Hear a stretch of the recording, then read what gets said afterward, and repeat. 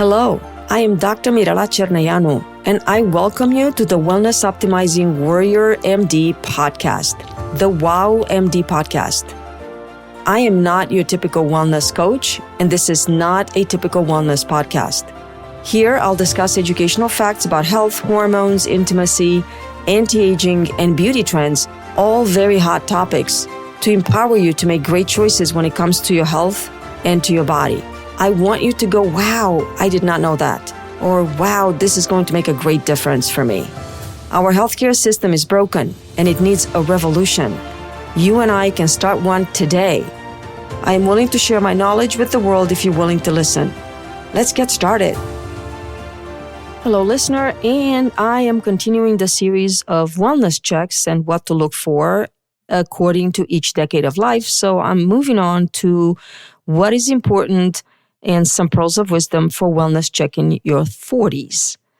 Now, I spent the previous episodes discussing wellness exam for teenagers, your 20s, your 30s. Now we're in your 40s. Well, maybe you're not there yet, or maybe you're way past your 40s. I still encourage you to listen because I'm going to discuss some very important things that will also pertain to wellness checks for later. And if you're in your 20s and 30s, you still need to know what to look for when you make it to your 40s. And unfortunately, the 40s is when we experience the beginning of a little bit of a decline. And that is what you need to keep in mind. It's a type of decline you're not going to feel or see because it's subtle. But unfortunately, it is the beginning of a widespread change in your body that would be very subtle. And it will announce the beginning of some irreversible changes and some serious aging ushered in by our 50s. Now, if you're listening to this, you're already in your 50s and 60s or beyond, please keep listening because I make a point that you might want to share with someone that you know, like your child that might be in their 20s, 30s, or approaching 40s now. So if you have listened to my previous podcast for Wellness Exam in your 30s, you might be aware that I made a big point that being in your 30s is when you are at your peak. In your 30s, you are at your peak bone mass, peak muscle mass, peak mental function. You have excellent and well-balanced hormones. But after 35, late 30s, for some fortunate people in the early 40s, the later the better, there might be some changes that signal the beginning of the decline. Again, peak means this is it. There's no going further. It's all going down from there. Now, I think as a patient and as a human being concerned about their health, this specific little tidbit of information is what you need to keep in mind.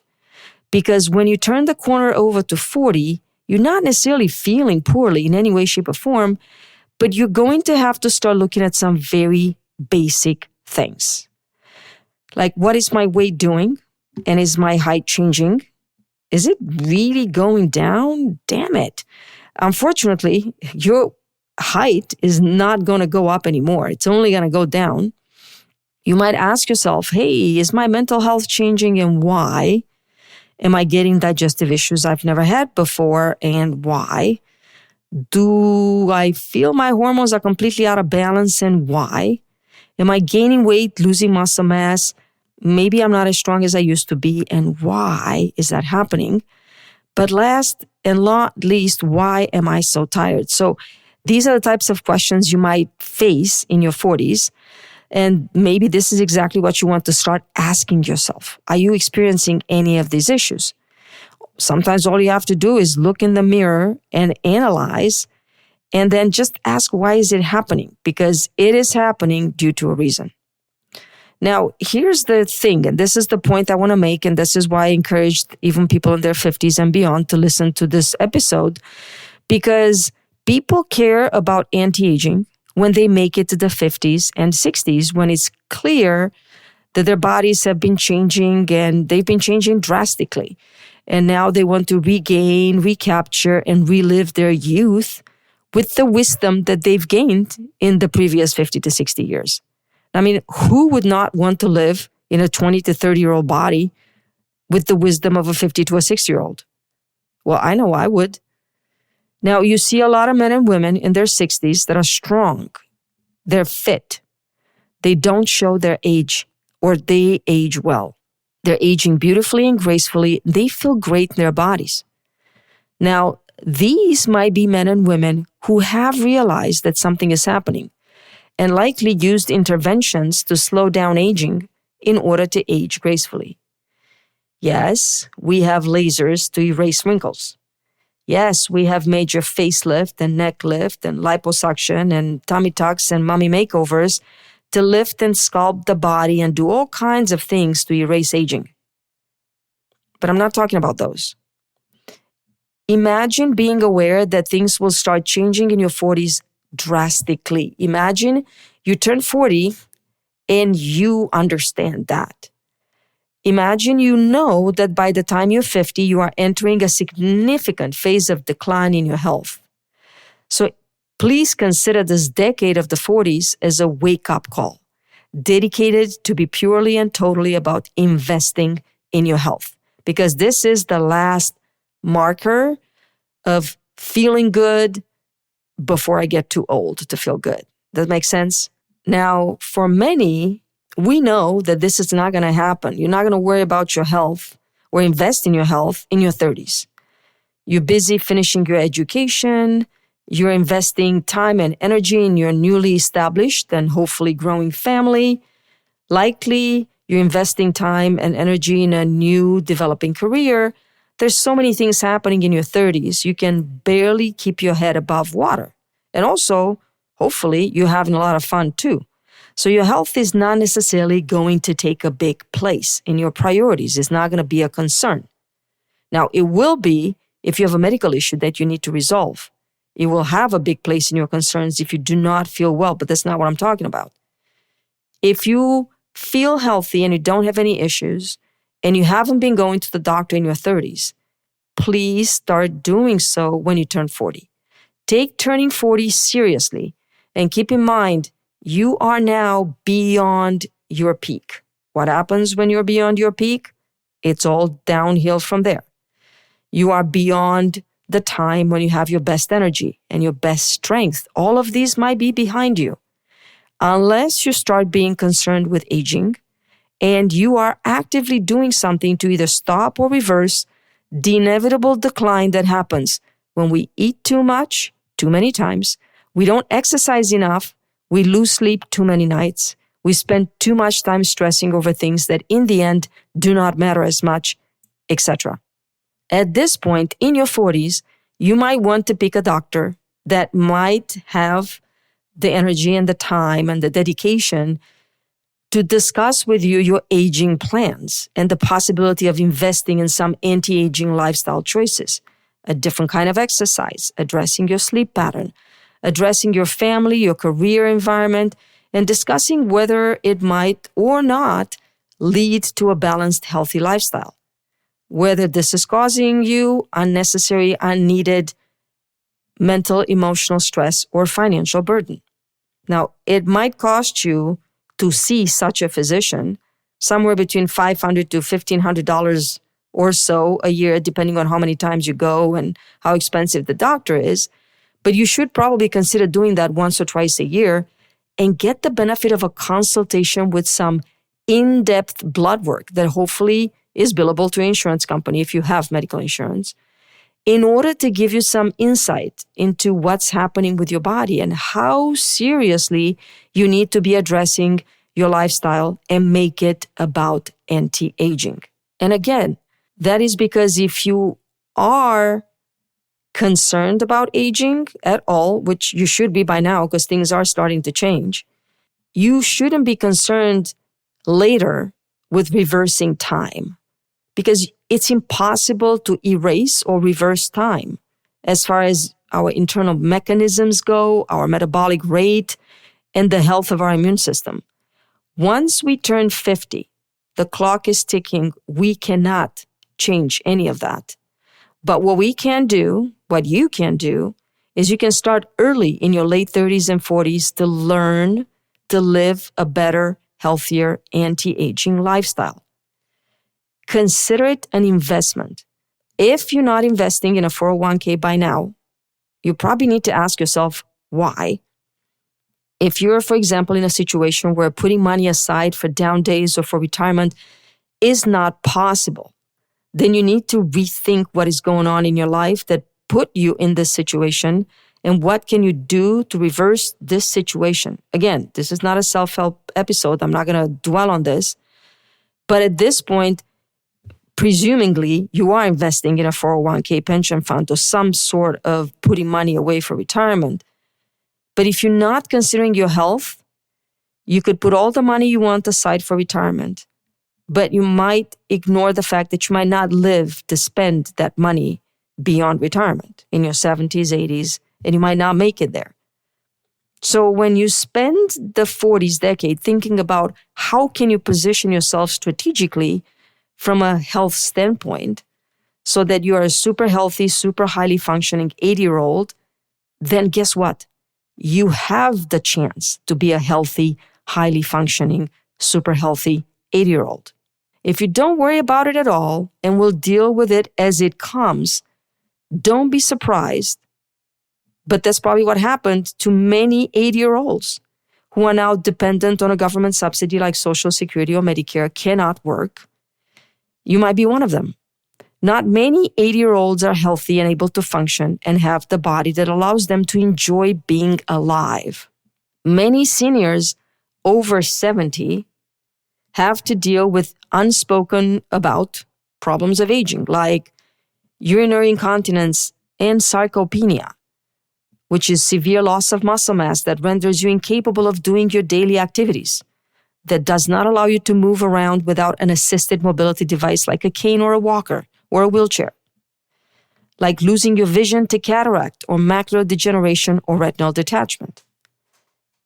Consider the fact that by the time you make it to 80 or 90, you might live life in a body that doesn't belong to you anymore, that you don't know who you are. A body that has changed beyond recognition, where mental decline and dementia have kicked in.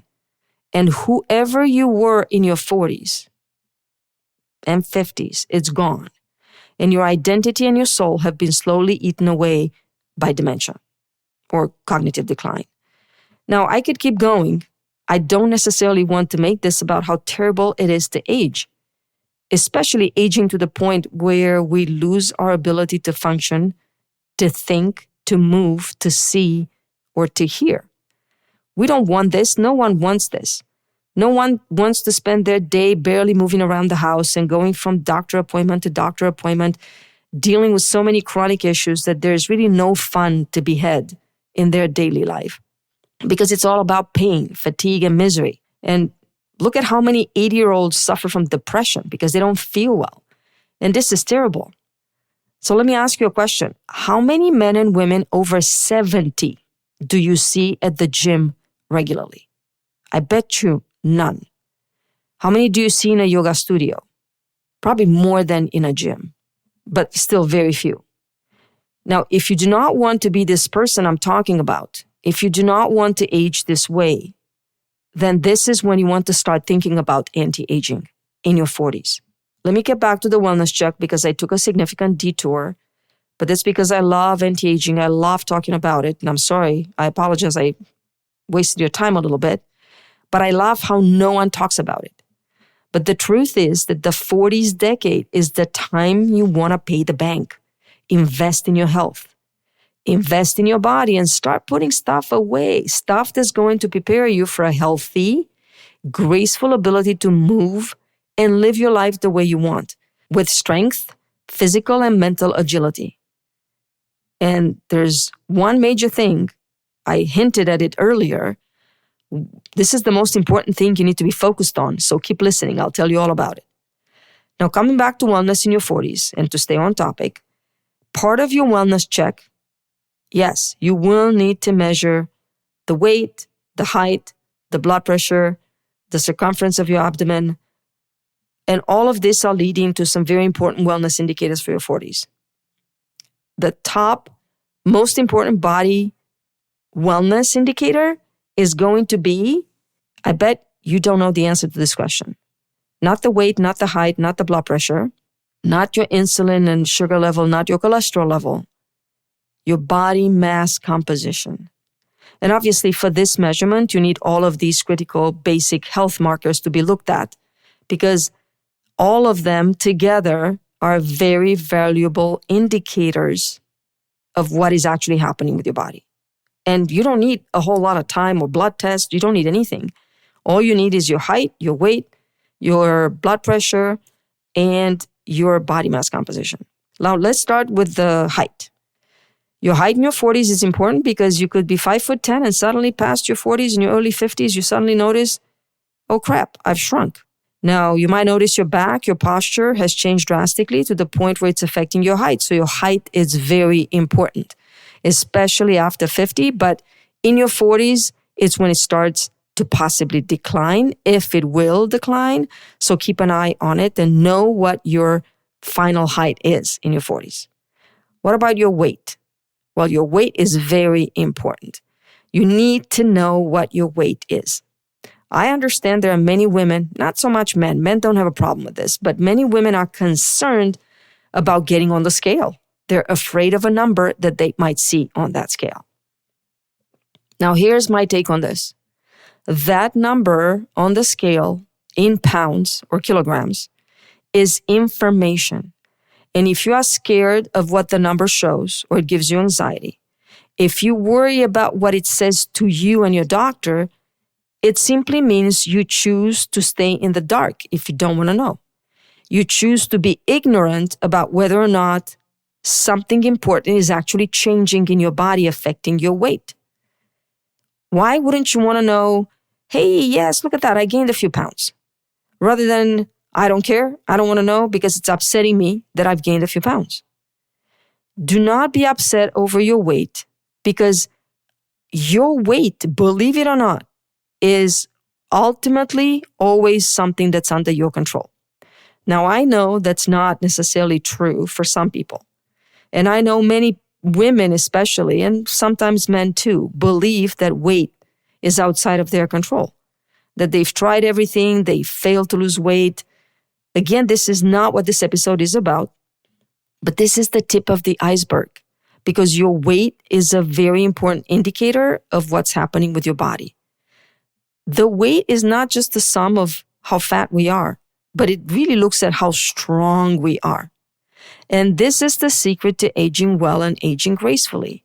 How strong you are in your 40s and beyond. How much muscle you manage to build and what is your investment in your strength. So moving on from the weight, you need to know your muscle mass number in your 40s. And that's why knowing your height and weight and computing them into the formula, hopefully with a reliably accurate device like the one we carry at Hera Beauty and Wellness called InBody, that will give you a very good measurement and analysis of your muscle mass composition, upper body, lower body, core, etc. Now, I personally care more about muscle mass than I care about your weight. If you have optimal muscle mass and you have some undesirable fat lying around in places, hey, guess what? We have machines to melt that, to sculpt your body.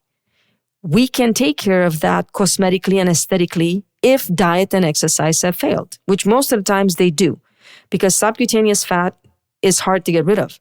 And unfortunately, diet and exercise will not work on stubborn fat areas like love handles, abdominal fat, fat around the arms, the one that's hanging under your triceps, or fat on our upper back. So we have machines for that. Let me name a few. M-Sculpt Neo, Sculpture, Fotona Tight Sculpt, Morpheus Body. These are just a few in a large array of devices available that can help transform your body without surgery. No liposuction involved. All these devices are awesome. We use them a lot in my anti-aging practice called Hera Healthcare and our beauty and wellness practice, because there's only so much you can do with diet and exercise. And if you have the money, you will get a better body thanks to these devices. So yes, to measure your body mass composition, we do need to know your weight, and you should know your weight like you know your bank checking account balance. It is that important. Now, maybe you check your bank account balance every day, maybe you don't. But consider having a nice scale in your bathroom that gives you feedback. So if you indulge in some guilty pleasures, a weekend of partying or a vacation, then maybe the next Monday, Tuesday, you hop on the scale. Oh, here there are 5 to 7 pounds overnight. Damn it. But develop a healthy relationship with your scale and your weight, not a hate relationship. Because you don't want to be guilting yourself. You don't want to shame yourself. You don't want to feel poorly about your weight. You need to consider learning from this experience and what you did in the past 3 to 5, 7 days, 2 weeks, etc., and learn. And then next time you don't indulge so much, or you keep an eye on what you eat, what you drink, and keep exercising even when you're on vacation. Then you will feel better. You don't have to restrict your calories and starve yourself after you come back from vacation, or work out harder at the gym to try to get back to your normal baseline. Never feel guilty and bad about what you did. You will have control over your weight. It will come back.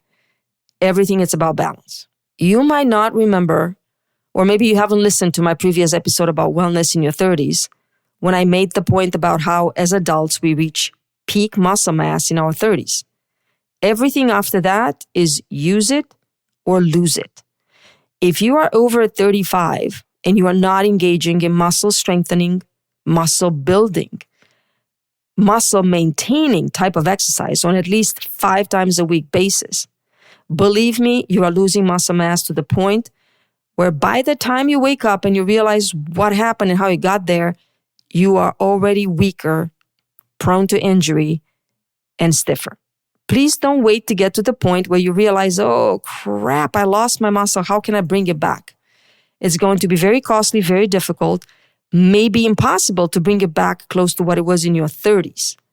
So one tip to take away for wellness in your 40s is to get that body mass composition and your muscle mass analyzed once a year. Again, it's not about the fat as much as it is about the muscle. Remember, muscle burns fat, so you want the muscle.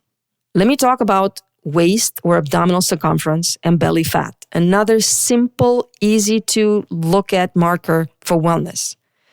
Waist circumference is considered a very critical, important marker for general health because it provides a very good estimation for the amount of internal fat, which we also call visceral fat, fat around our organs. This type of fat is strongly linked to increased risk of very serious health conditions like heart disease, type 2 diabetes, high blood pressure, metabolic syndrome, dementia, and certain types of cancer. More so than just overall body weight alone. So it doesn't matter that you have a normal BMI, that you have a normal weight. A larger waist circumference will signify a higher health risk. Remember, our fat cells are not simply to store energy. We know now that they produce hormones. We know that they play an important role in infection and inflammation, and then they produce adiponectin, which is a protein hormone that improves insulin sensitivity. Unfortunately, the more fat cells we have, the less adiponectin they produce. So, belly fat is bad fat. Please take the tape and start checking. If you don't know how to check, just Google, how do I check my waist circumference? There's lots of pictures, images, videos. It's very easy. Let me move on to the blood pressure. This is a very important indicator for your health. It will tell you volumes about where your cardiovascular fitness, resiliency, and capacity to withstand healthy, graceful aging is. What is our heart? Our engine. Can you go anywhere if your engine is shot in your car? No. Your heart health and the health of your cardiovascular system, which is in the entirety of all the blood vessels in your body, is absolutely crucial to your well-being. We are nothing and we cannot live without oxygen and nutrients. Our cells will decay, will wither away, will shrink, will dry up, will die off without oxygen and nutrients. Our organs, systems, and metabolic pathways will not function without oxygen and nutrients. Now, who is responsible for bringing oxygen and nutrients to your cells and organs? Your blood. Your blood moves around in your body to carry oxygen, to carry the nutrients, but would also carry the byproduct of metabolism and waste back and forth between your organs and systems, thanks to your heart and your blood vessels. You probably don't see a cardiologist in your 40s, right? I mean, nobody does unless they have some kind of a problem. However, there's a very simple sign that you should be aware of and check on your own. This is not something your doctor will check during the wellness visit, but this is something you might want to report to the doctor. And maybe the doctor will ask you, hey, have you ever done this? And you're like, no. So be prepared. This is your resting heart rate. It's something very easy. You measure it while you are at rest. First thing in the morning, before you get out of bed, for example. This can be done in 30 seconds with 2 fingers over your pulse. You don't know how to do it? Google it. Lots of information about how to do it. Now, why am I talking about this?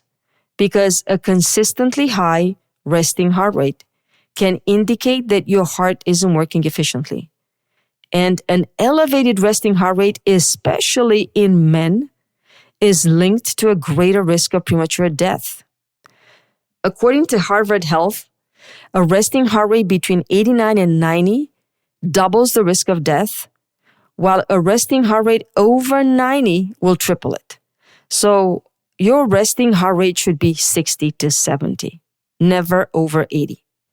Again, heart rate, very simple, very easy indicator for your heart health and for your nervous system health as well. I'm not going to dwell on this. If you want to know more information, Google heart rate, resting heart rate. You can find out more, and I will revisit this later when I talk about stress. Stay tuned. I do plan to dedicate an entire episode entitled 10 Ways Stress Kills Us Slowly and Effectively. That's coming up soon. Another easy indicator of whether you have a problem with your heart, pumping blood effectively, and the health of your cardiovascular system in general, other than the blood pressure, to which I will continue on into the next episode, is how your heart rate responds to intense exercise, which is your maximum capacity for intense exercise, maximum heart rate, and how your heart is able to bounce back once the exercise is stopped.